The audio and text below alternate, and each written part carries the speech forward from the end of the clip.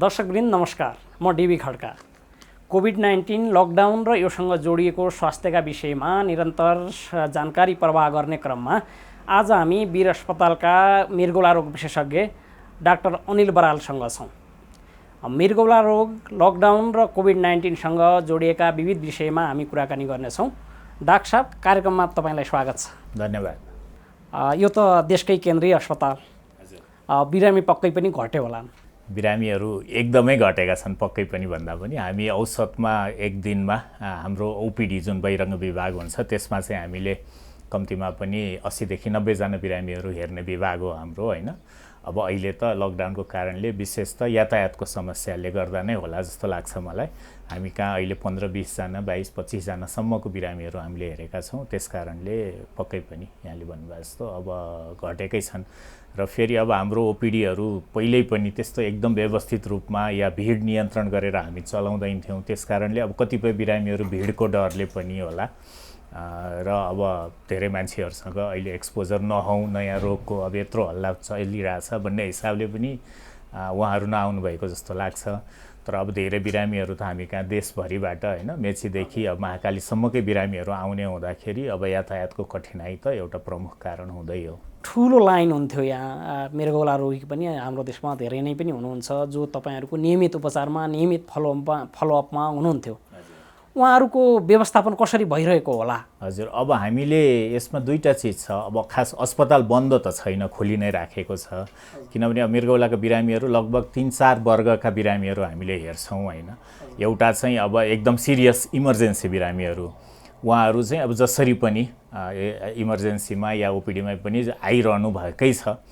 उहाँहरूलाई इमर्जेन्सी सेवा, हाम्रो इन्डोर सेवा, डायलासिस सेवा सबै नै चलि नै राखेको छ। त्यसलाई चाहिँ हामीले कुनै कम्प्रोमाइज हुन दिएका छैनौँ। दोस्रो चाहिँ हाम्रो नियमित ओपिडीमा आइराख्ने, जस्तो 3-3 महिना या 6-6 महिनामा फलोअप या महिना पछि कुनै इन्जेक्सन, सुई औषधिहरू लगाउनु पर्ने त्यस्ता बिरामीहरू हुनुहुन्थ्यो। उहाँहरू पनि आइ नै राख्नु भएको छ। र काठमाडौँभन्दा बाहिर भएका बिरामीहरू चाहिँ कतिजना चाहिँ हामीले एउटा विभागबाट हाम्रो फोन नम्बर हामीले उपलब्ध गराएका छौँ मिडियाबाट, र सार्वजनिक रूपमा नै त्यो फोन नम्बर छ र त्यसमा उहाँहरूले फोन गर्नुहुन्छ। र त्यो फोनबाट चाहिँ हामीले सकेसम्म लोकली उहीँ एभाइलेबल हुनुभएको, उहीँ उपलब्ध हुनुभएको चिकित्सकहरूसँग सम्पर्क राखेर त्यो औषधिहरू अहिले नछुटाइकन सेवन गर्नु होला। कुनै तत्कालै इमर्जेन्सी नै पर्यो भने आउनुहोस्, नत्र अब जहिले बन्द खुल्छ आउनुहोस् भनेर हामीले भनेका छौँ। अर्को वर्ग भनेको चाहिँ हाम्रो अब नियमित डायलाइसिस गराइरहनु भएका बिरामीहरू हो। उहाँहरूलाई त अब डायलाइसिस बिना बाँच्ने आधारै हुँदैन। हप्तामा 2 दिन या हप्तामा 3 दिनसम्म अस्पताल आएर 4 घण्टा नियमित डायलाइसिस गर्ने बिरामीहरू हुनुहुन्छ। उहाँहरूको चाहिँ अस्पतालबाट डायलाइसिस सेवा जारी नै छ र कोही पनि बिरामीहरू डायलाइसिस सेवा लिन नसकेको भन्ने चाहिँ छैन अहिलेसम्म। अब गाह्रो त पक्कै छ, उहाँहरूलाई पनि यातायात मिलाउनु छ, हैन। तर मैले बुझेसम्म चाहिँ कार्ड देखाउँदाखेरि बाटोमा प्रहरीहरूले पनि त्यस्तो गर्नुभएको छैन, दुःख दिनुभएको छैन, या उहाँहरूलाई हतोत्साहित बनाउनु भएको छैन नै भन्ने बुझेको छ। बिरामीहरूसँग हामी सोध्छौँ कसरी आउनुभयो, के छ भनेर बुझिरहेछौँ। र त्यो बिरामीहरू त अब अस्पतालमा आइकन हुँदैन। त्यसकारणले उहाँहरू आइ नै रहनु भएको छ। र अर्को भनेको अब प्रत्यारोपण गर्नको लागि र प्रत्यारोपण गरिसकेपछिको केयर लिनुपर्ने बिरामीहरू, अब पुरानो अलि राम्रोसँग स्थिर अवस्था भएको बिरामीहरू त त्यसरी नै चलाइराख्नु भएको छ, औषधिहरू खाइराख्नु भएको छ। अहिलेको हाम्रो हालसालै प्रत्यारोपण भएका बिरामीहरू पनि ओपिडीमा आइ नै राख्नु भएको छ। उहाँहरूलाई हामीले हेरि नै राखेका छौँ। जस्तो कस्तो अवस्थामा चाहिँ इमर्जेन्सी अस्पताल आउनुपर्छ? दुईटा चिज छ। मृगौलाकै विशेष अवस्था हो कि शरीरमा अरू ठाउँमा पनि रोग भएर पनि मृगौलामा असर हुन्छ, हैन। विशेष गरेर मृगौला त अब दीर्घकालीन रूपमा मृगौलामा आउने असरहरू एक थरी हुन्छन् भने अकस्मात रूपमा मृगौलामा देखिने समस्या अर्को थरी हुन्छन्। अब अकस्मात रूपमा देखिने समस्याहरू भनेको त ज्यानहरू सुन्निने, पिसाब कम हुने, अब खाना रुचि नभएर उल्टी हुन थाल्ने, सास फेर्न गाह्रो हुने, कहिले त बेसुर बेहोस जस्तो हुने, कहिले चाहिँ अब छारे रोग जस्तो कम्पनहरू हुने, यस्ता विभिन्न बिरामीहरू हुनुहुन्छ।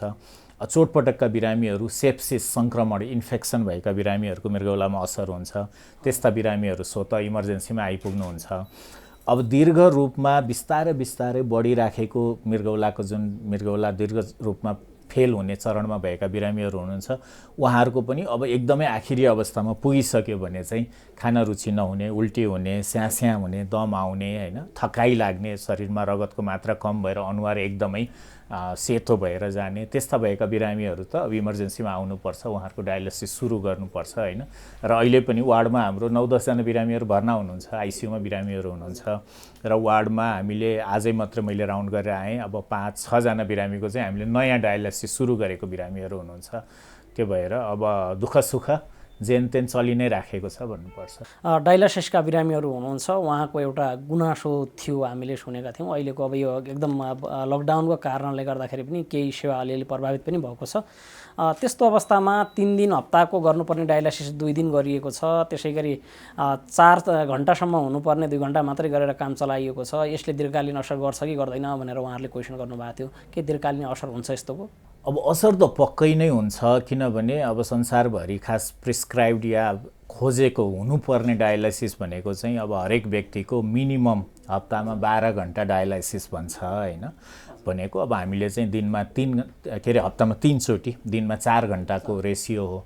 तर हाम्रो नेपाली जनमानसहरूको, हाम्रो बडीको शरीरको आकार प्रकार, हाम्रो खानाको प्रकारले हेर्दाखेरि चाहिँ धेरै हाम्रो बिरामीहरूलाई चाहिँ हप्ताको 2 चोटिको डायलाइसिसले पनि पुगिराखेको हो र कति बिरामीहरू त हप्ताको 1 चोटि मात्रै पनि गरेर पनि पुग्ने हो। पिसाब भइराखेको छ, खाना रुचि छ, सास फेर्न सजिलो छ भने अब अहिले भनेको यो विश्वव्यापी नै एउटा क्राइसिस हो। यो एकजना बिरामीको या एकजना डाक्टरको अस्पतालको मात्रै समस्या होइन।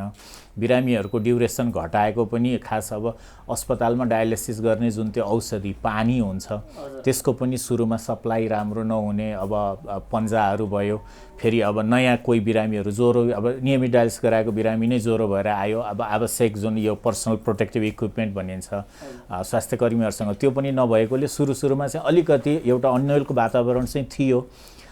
तर मैले अहिले बुझेसम्म चाहिँ अब हाम्रो औषधिको सप्लाई पनि केही हदसम्म नियमित भएकै छ र अहिले चाहिँ ड्युरेसन घटाएको, समय घटाएको या 3 चोटि गरेकोलाई 2 चोटि नै गरेको चाहिँ कमै मात्रै छ र त्यो पनि हुने बिरामीहरूलाई, मिल्नेहरूलाई, नत्र गाह्रो भएको बिरामीहरूको इमर्जेन्सी सेवा जहाँ पनि चलि नै राखेको छ। अब इन्डिभिजुअल भनौँ न, एक-एकवटा संस्थाको आफ्नो पोलिसीहरू के छ त अब मसँग सबै जानकारी छैन। तर यहाँले भन्नुभयो जस्तो अब 12 घन्टा डायलिसिस चाहिनेलाई 8 घन्टा दिँदाखेरि चाहिने बिरामीलाई त असर त पक्कै नै हुन्छ, दीर्घकालीन मात्रै होइन, त्यो तत्कालै पनि असर भइहाल्छ होइन। त्यो असरले बिरामीको कहिले त अब ज्यानैसम्म पनि जान सक्छ। तर पनि अब मिल्दासम्म एउटा कम्प्रोमाइज भन्छ नि, जस्तो पिपी डिस्पोजेबल पिपी पनि फेरि अटोक्लेभ गरेर लगाउनु भनेर बेलायतमै भनेको छ, अमेरिकामै भनेको छ होइन।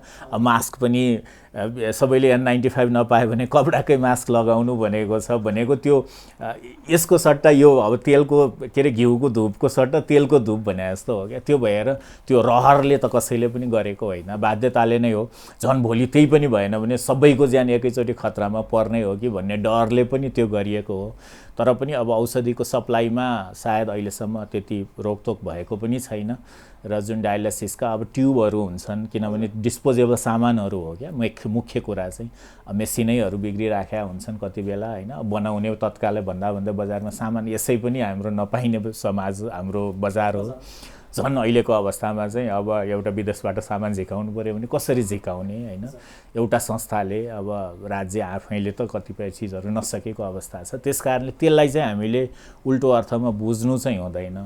अब गाह्रो साङ्ग्रो त अब यस्तै हो हजुर। अब गाडी चढ्ने पनि त्यही गाडी पनि ठोकिएर मर्ने पनि छ, मोटरसाइकल चढ्दाखेरि एक्सिडेन्ट भएर पनि ज्यान जाने पनि छ। तर अब गर्न सक्ने, मिल्न सक्ने चिजहरू मिलाएरै गर्नुपर्छ। र हाम्रै अस्पतालकै कुरा गऱ्यो भने हामीले त्यस्तो कम्प्रोमाइज नै हुने गरेर डायलिसिस घटाएको या गरेको चाहिँ छैन। अहिले लकडाउन छ देशभरि नै, यसले गर्दाखेरि जीवनशैलीहरू फेरिएको छ, खानपानको तरिका फेरिएको छ, मान्छेहरू फुर्सद छन्, अलि बेसी हुने जोसँग छ अलिकति उनीहरू अलि रमाइलो पनि गर्न चाहिरहेका छन्, रमाइलो पनि गरिरहेको जस्तो सुनिन्छ। यस्तो अवस्थामा अलिकति बढी भार पर्ने भनेको मृगौलालाई नै हो भन्ने गरिएको छ। कस्तो समस्या उत्पन्न हुनसक्छ फेरिएको जीवनशैलीले विशेष गरी? अब सायद यो अब सर्ट टर्म भनौँ न, 1 महिना या 1.5 महिना 2 महिनाको फेरिएको जीवनशैलीले तत्कालै त्यस्तो ठुलो असर त पक्कै पर्दैन होला। तर पनि ओभरअल अब मृगौलामा पनि सबैभन्दा असर गर्ने अवस्था भनेको सुगर, डायबिटिजै हो। त्यसपछि अब उच्च रक्तचापहरू भन्छौँ र मृगौला, मुटु कलेजो भयो, नसा भयो, यस्ता रोगहरूमा चाहिँ यो अब असङ्क्रमणीय रोगहरू भनौँ न या नसर्ने रोगहरूले अब सबै ठाउँमा उस्तै प्रकारले नै असरहरू गर्ने त भइहाल्छ होइन। त्यसकारणले अब कुनै पनि अस्वस्थ जीवनशैलीले शरीरमा एउटा चाहिँ बहुआयामिक असर त देखाइहाल्छ र अब धेरै प्रोटिनयुक्त खानेकुराहरू बसेर खाइरहनु भएको सायद मलाई अब हुन त माछा मासुको अहिले एभाइलेबिलिटी बजारमा धेरै अलिक कमै होला या अब रेस्टुरेन्टहरूतिर गएर झन् अनहेल्दी खानेकुराहरू या बढी जङ्क फुडहरू खाने भन्दा अहिले त घरमा बसेर आफैले पकाएको कतिजनाले त आफ्नो बारीकै अर्ग्यानिकहरू या यता हो भनेर पनि खाइरहेको पनि देखिरहेको हुन्छ। त्यही भएर मलाई लाग्छ त्यो एकदम सापेक्षिक कुरा हो, एकदम एब्सोल्युट रूपमा यसले यो नै असर गर्छ नै भनेर अत्तालिहाल्नुभन्दा पनि अब एउटा दैनिक कमसेकम 40-45 मिनटको नियमित एउटा कसरत एक्सर्साइज गरौँ भनेर चाहिँ हामीले घरमा बस्दा पनि भनेकै हुन्छौँ र कतिपय देशहरूमा यो बिहानी वक जुन मर्निङ वक गर्न दिने पनि उहरू छ, कमसेकम एउटा सामाजिक दूरी कायम राखेर होइन। र घरमै पनि हल्का एक्सर्साइजहरू अब जसले ठुलै एउटा एक्सर्साइज प्रोग्रामहरू घरमा राख्नु भएको छ उहाँहरूलाई पनि होला र त्यो नहुनेहरूले पनि कमसेकम आफ्नो भर्याङमा, आफ्नो छतमा, आफ्नो आँगन, आफ्नै करेसाबारीमा अलिकति शारीरिक रूपमा आफूलाई चाहिँ व्यस्त चाहिँ राख्नु नै होला भन्ने नै आशा छ। अब तत्कालै यो छोटो समयको अवस्थाले दीर्घ रूपमा धेरै बिगार्ने भन्ने त लाग्दैन, तर पनि अब सुगरको बिरामीहरूले आफ्नो खानपानमा विशेष ध्यान दिनै पर्छ। सुगर नियन्त्रणमा भएन भने असर गर्ने मृगौलालाई नै हो। उच्च रक्तचापको पनि त्यही नै छ र अब यी सामान्य जस्तो भनौँ न एउटा स्वच्छ जीवनशैली, स्वच्छ खानपान, निद्राको ब्यालेन्स, एउटा दिमागलाई अलिकति क्रिएटिभ बनाएर राख्ने भनेको यी भनेका जहिले पनि कुनै पनि एउटा असल जीवनशैलीका तत्त्वहरू हुन् क्या। त्यो चाहिँ सकेसम्म चाहिँ हरेक व्यक्तिले यस्ता चिजहरूलाई आफ्नो जीवनमा लागू गर्नु नै पर्छ। तर फेरि अब समाजमा सबै मान्छे एकदम आइडियल या एउटा भनौँ न हामीले खोजेको जस्तै भइदिने भए त धेरै नै फरक हुन्थ्यो, त्यो पनि सम्भव छैन। आफ्नो आफ्नो रुचि, आफ्नो आफ्नो व्यवहार अनुसार मान्छेले आफ्नो जीवन चलाइराखेका हुन्छ। अब हामीले सल्लाह दिँदाखेरि चाहिँ स्वस्थ जीवनशैली अपनाऊ, धेरै अब एकदम लकडाउन छ भनेर 24 घन्टा सुतेर टिभी मात्र हेरेर या त्यसरी चाहिँ बस्नु त पक्कै पनि राम्रो होइन र सकेसम्म अब ताजा नै खाइएकै छ होला, स्वस्थ नै खाने नै कोसिस गरौँ होइन। र आफ्नो ध्यानको अब स्वास्थ्यको त ध्यान दिनै पर्छ र अब अहिले विभिन्न एउटा मेडिकल हेल्पहरू विभिन्न माध्यमहरूबाट उपलब्ध छन्। कतिपय मिडियाहरूले पनि यति धेरै जानकारीहरू दिइराखेको छ र अब अनलाइन प्लेटफर्महरू पनि उपलब्ध छन् अहिले कन्सल्टेसनकै लागि पनि र अस्पतालमा पनि एउटा फोकल फोन नम्बरहरू उपलब्ध गराइएको छ र इमर्जेन्सी या हुँदाखेरि त अस्पतालहरू पनि खुल्लै छँदैछन्। अनि अब यो छोटो समयका लागि अलिकति आफूलाई व्यवस्थित गर्यो भने मृगौला रोगबाट चाहिँ धेरै आत्तिनु पर्ने अवस्था छैन? तत्कालै छैन र अब जो नियमित औषधि खाइरहनु भएको बिरामीहरू हुनुहुन्छ उहाँहरूलाई चाहिँ अब अहिले नयाँ कुनै समस्या देखिएको छैन भने चाहिँ औषधिहरू खाइरहनु हुन नै म सुझाव दिन्छु होइन। र अब 1 महिना अस्पताल जानै पाइएन, मेरो बर्बादै हुने हो कि भन्ने प्राय हुँदैन, किनभने यस्ता रोगहरू बिस्तारै धेरै नै बिस्तारै बढ्ने हुन्छन्। हामीले नै 6 महिना वर्ष दिनमा आए हुन्छ भनेका हुन्छौँ कतिजना बिरामीहरूलाई होइन। तर अब तत्कालै जुन अघि मैले भने त्यस्ता लक्षणहरू देखिएका छन् भने तिनीहरूलाई चाहिँ कुरेर बस्ने होइन। अब कमसेकम आफ्नो नजिक जहाँ स्वास्थ्य संस्था छ त्यहाँ गइयो भने स्वास्थ्यकर्मीले एकचोटि हेर्नुभयो भने होइन हजुरलाई यस्तो समस्या भएको हुनसक्छ सल्लाह दिनुहुन्छ र आउनै पर्ने अवस्थाहरू भयो भने एम्बुलेन्सहरू छन्। अहिले त कतिपय स्थानीय सरकारहरूले निःशुल्क एम्बुलेन्सहरू, पोखरामै पनि एउटा समाचार पढिराखेको थिएँ डायलिसिसको बिरामीहरूलाई अब निःशुल्क एम्बुलेन्स सेवाहरू दिने भन्नुभएको छ अरे भनेर। त्यो भएर अब दुःख पर्दाखेरि सहयोग गर्ने पनि त्यतिकै हुन्छन् कि हामीले अब सधैँ ओहो गाह्रो भयो म जान सकिनँ यो मात्रै होइन कि कमसेकम आफ्नो समस्या ठाउँमा राख्न सकियो भने केही न केही उपायहरू।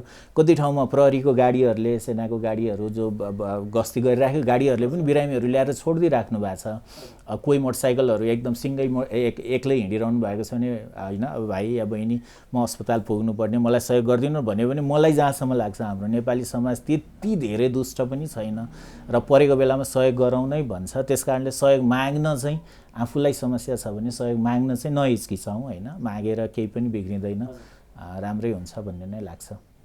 अहिले हामी नेपालमा चाहिँ कोभिड-19 को हाम्रो काबुभित्रै छ भन्छौँ, भित्रै जस्तो पनि देखिन्छ। तर डर मान्छेलाई छ आइहाल्यो भने के होला भनेर। यसको सम्बन्ध जस्तो मृगौलाका समस्या भएकाहरू अब अलिकति दीर्घ समस्या वा अलिक सानोतिनो समस्या भएकाहरूलाई कोभिड-19ले कतिको असर गर्छ, कस्तो असर गर्न सक्छ? अब यो चाहिँ धेरै नै राम्रो प्रश्न हो र यसको बारेमा अझै म यहाँलाई पहिलो कुरा चाहिँ के भन्छु भने यो नयाँ भाइरस भएको हुँदा हामीसँग त्यति धेरै यसका बारेमा सम्पूर्ण जानकारीहरू एकदमै स्पष्ट रूपमा आइसकेकै छैनन्। किनभने कुन टेस्ट गर्ने भन्नेमै हामी अझै कन्फ्युजनमा भइराखेको अवस्था छ यो भाइरसको। र शरीरमा पनि हामीले सुरुमा बुझेसम्म चाहिँ अब रुगा जस्तो या सुक्खा खोकी या ज्वरो या ज्यान दुख्ने भएर आउने, पछि छातीमा दुवैतिर निमोनिया गर्ने रोग अनि सास फेर्न अप्ठ्यारो भएर अक्सिजन कम हुने भन्ने नै भनेर बुझेका थियौँ। तर अब अहिले जति पनि विदेशतिरको बिरामीहरूको जुन डाटाहरू या क्लिनिकल पिक्चर आइराखेको छ त्यसमा चाहिँ यो रोग फोक्सोमा मात्रै नभएर यसले चाहिँ रगतको सिस्टममा प्रणालीमा मृगौला, मुटु, नसा, कलेजो, आन्द्राहरूमा पनि र छालामा पनि त्यत्तिकै रूपमा असर गर्ने भनेर देखिएको छ। त्यसले गर्दा अब यसले तत्काल के असर पुर्याउँछ भन्ने चिजमा चाहिँ हामी अझै अगाडि बढ्नु बाँकी नै छ। अब नेपालमा अहिले हामीले धान्न सक्ने अवस्था भएको भन्ने अब पक्कै पनि हुँदै हो। अहिलेसम्म सायद हामी कहाँ 51-52 जना बिरामीहरू फेला पर्नु भएको छ। तर सधैँ यो अवस्था रहँदैन, त्यसको लागि त हामी तयारी हुनै पर्छ। किनभने यो त भाइरस हो, कुनै न कुनै रूपमा यो सरी नै हाल्छ र कुनै मौसमले या एउटा वातावरणीय अवस्थाले यो भाइरसलाई इनएक्टिभेट गर्ने या व्यक्तिहरूको पहिल्यैको इम्युन अवस्थाले यसको प्रभाव या जेनेटिक अवस्थाले जनसङ्ख्याको हिसाबले यसलाई असर गर्ने भन्ने होला। तर पनि जुन रूपमा संसारभरि यसको अहिले देखिएको छ, अब लगभग 200+ देशहरूमा देखिसकेको भाइरस हामी कहाँ चाहिँ हामीलाई चाहिँ माया मानेर यसले छोड्ला भनेर हामी ढुक्क भएर बस्ने अवस्था हुँदैन। यो सिजनमा या अहिलेका 1-2 महिनामा आएन भने पनि यो अर्को सिजनमा फेरि आउन सक्ने त्यतिकै सम्भावना छ।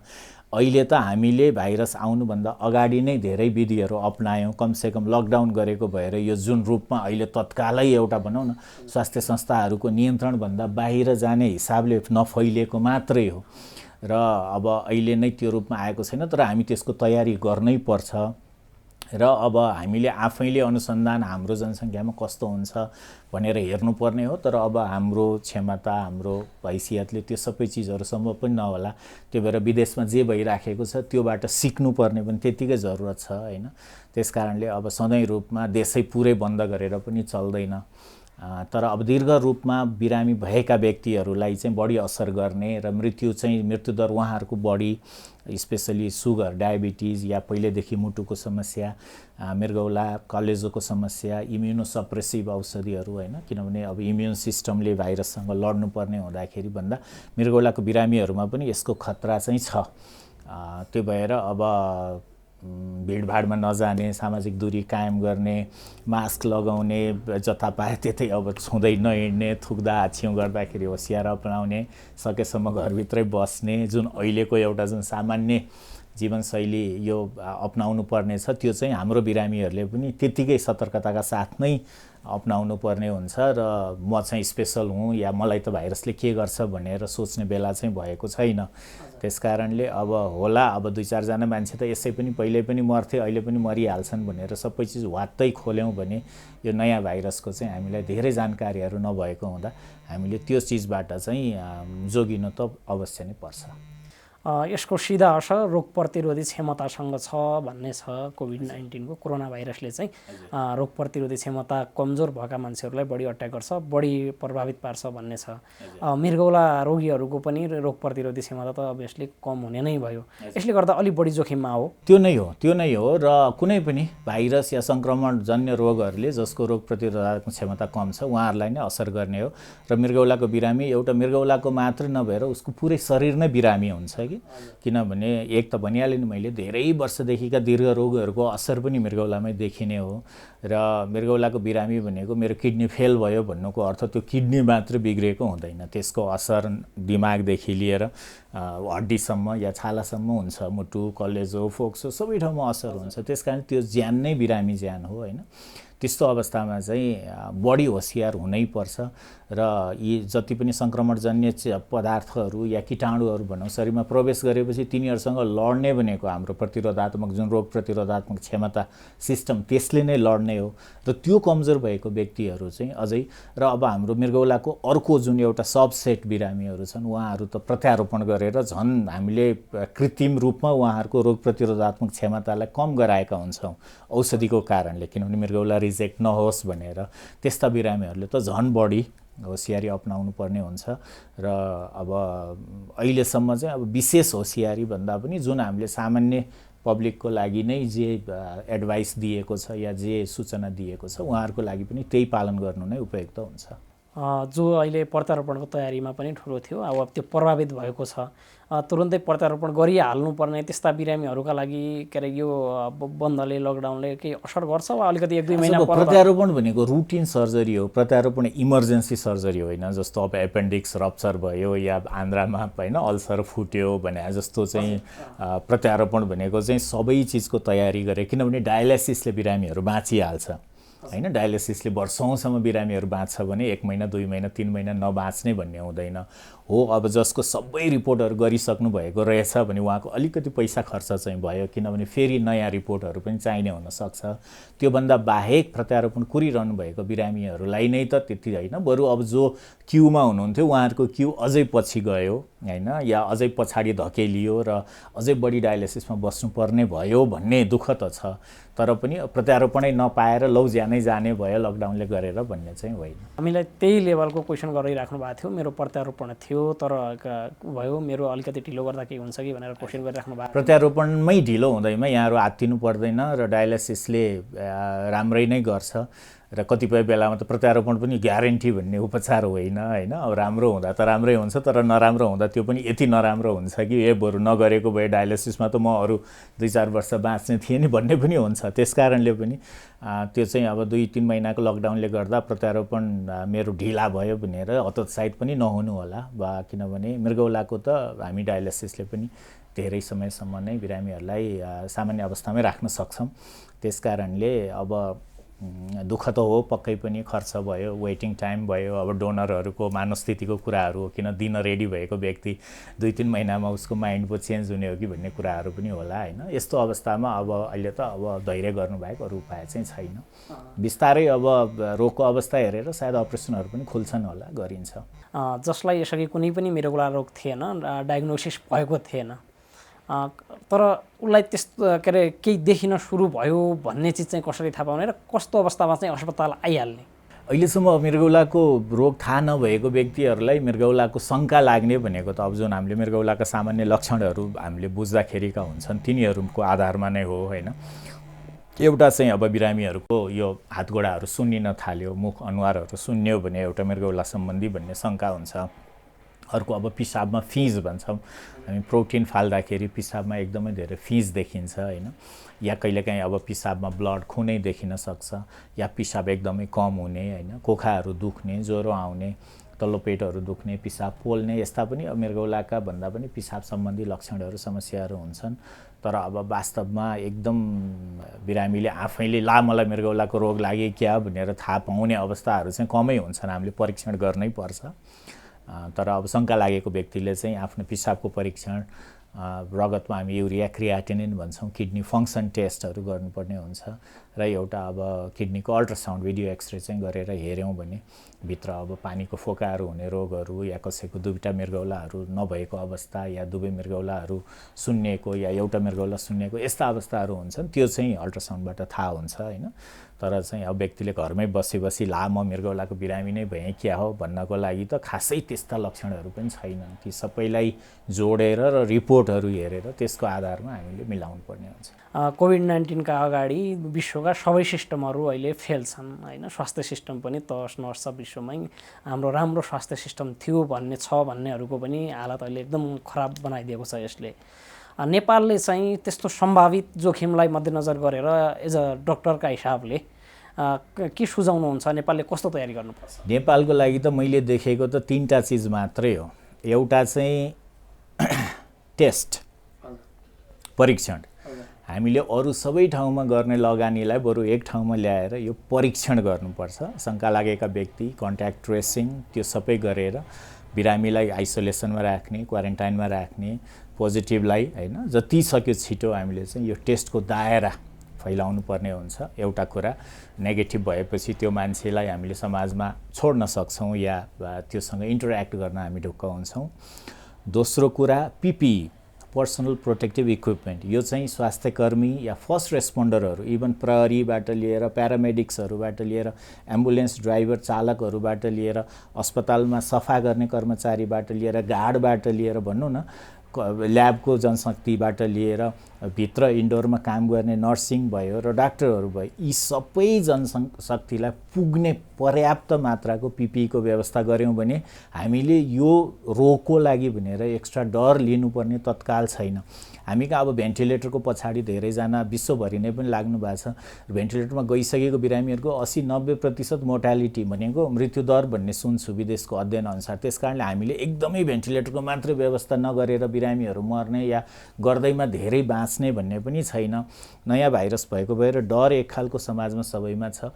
त्यसकारणले हामीले पर्याप्त टेस्ट गर्न सक्यौँ, स्वास्थ्यकर्मीहरूको मनोबल उच्च राखेर पर्याप्त पिपिई हामीले चाहिँ सप्लाई गर्न सक्यौँ भने र एउटा लेभलको सामाजिक दूरी कायम गर्न सिकायौँ पपुलेसनलाई र भने हामीले चाहिँ अस्पतालमा आउने जुन फ्लो हुन्छ बिरामीको त्यसमा चाहिँ हामीले सिग्निफिकेन्टली भनौँ न एउटा नियन्त्रण गर्न सक्छौँ। छुट्टै कोभिड अस्पताल, छुट्टै बेड, छुट्टैको स्वास्थ्यकर्मी भनेर नचाहिने पनि अवस्था हुन्छ कि यदि हरेक अस्पतालको स्वास्थ्यकर्मी चाहिँ हामी एडिक्वेटली प्रोटेक्टेड छौँ भने र अनि शङ्का लाग्ने बित्तिकै टेस्ट गरिहाल्ने, किनभने अहिले स्वास्थ्यकर्मी एकदमै ठुलो जोखिममा पार्ने रोग हो यो। त्यसले गर्दा उहाँहरूको मनोबल उच्च हुनु एकदमै जरुरत छ। त्यो चाहिँ टेस्टबाट मात्रै सम्भव छ। जस्तो कतिपय रुटिन अपरेसनहरू गर्नु पर्यो भने अब बिरामीलाई हामीले टेस्ट नगरिकन त्यो बिरामीलाई अहिले अपरेसन कोठामा लैजान सक्ने अवस्था भएन क्या। अब किनभने एसिम्टोमेटिक लक्षण नभएको बिरामीले पनि रोग सार्न सक्नेछ हैन। एउटा सर्जन एउटा बिरामीको अपरेसन गर्न 6 घण्टा 8 घण्टा त्यो बिरामीसँग सँगै हुन्छ भने उहाँको लागि हामीले सुरक्षाको प्रत्याभूति गर्नै पर्छ हैन। जस्तो फिजिसियनहरू हामी डाक्टरहरू बिरामीसँग त्यो भएर अहिलेको हामीले एउटा चाहिँ सामाजिक दूरी कायम गर्ने, भिडहरू कम गर्ने, जनसङ्ख्यालाई सकेसम्म घरभित्र बस्ने, अर्को चाहिँ टेस्टको व्यवस्था गर्ने, अर्को पिपिई गर्ने। अब पर्यो एकदमै म्यासिभ रूपमा एपिडेमिक्सहरू आउने भयो भने बल्ल त्यो अवस्थामा बेडहरू, भेन्टिलेटरहरू या एक्स्ट्रा अस्पतालहरूको कल्पना गर्ने।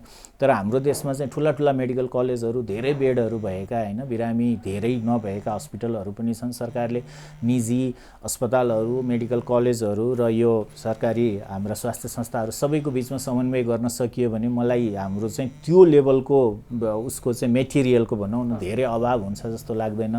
हुन त म अब प्लानिङमा छैन, म एपिडेमियोलोजिस्ट पनि होइन हैन, तर एउटा एज अ क्लिनिसियनको हिसाबले तत्काल अस्पतालमा देखेको हो। सरकारको लागि व्यवस्था गर्दा धेरै पाटोहरू केलाउनु पर्ने हुन्छ हैन।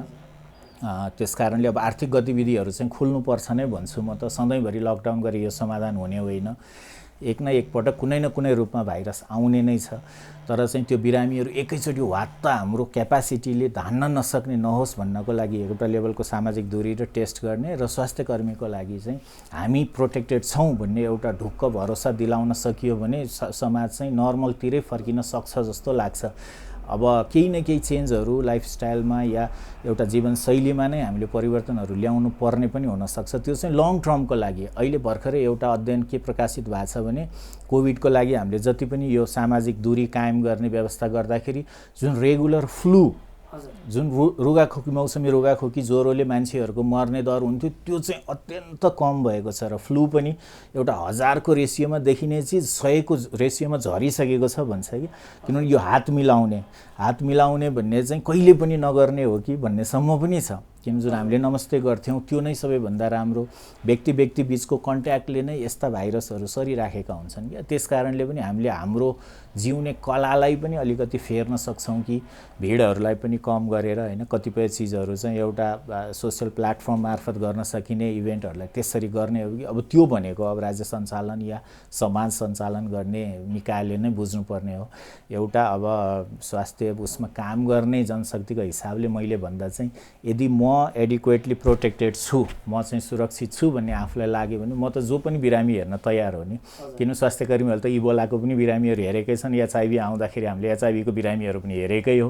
त्यतिखेर त ओहो भन्ने बिरामी छुँदा पनि डर लाग्ने पनि अवस्था थियो होइन। आज जसरी HIV hepatitis B hepatitis C सामान्य बनाइसकियो, भोलि कोभिड पनि त्यही हुन्छ।